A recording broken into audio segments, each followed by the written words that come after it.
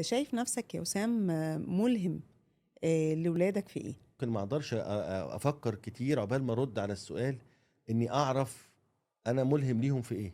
امم. واخده بالك ازاي؟ صحيح. يعني ممكن الاسهل اسالهم هم. ما انتوا فكرتش، ما انتوا ما سألتهمش؟ سالتهمش، وده اللي نور معايا، ده اللي الهمني بقى دلوقتي ان انا اسالهم إن- انا ملهم في ايه. صح. بس ممكن اللي بشوفه اللي اقدر ممكن دلوقتي اقول عليه او ممكن اخد بالي منه.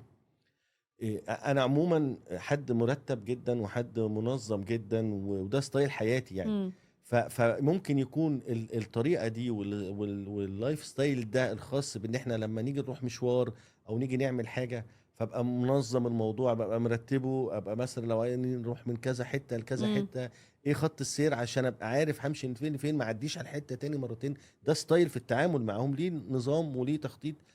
ممكن يكونوا واخدين الحته دي، ممكن يكونوا هم شويه حلو قوي. واخدينها وملهمين بيها، ان عندهم بعض الامور بيستخدموا الحته دي من غير ما انا اقول. اصل هي دي امم. فكره الالهام، امم. يعني ما فيهوش تلقين.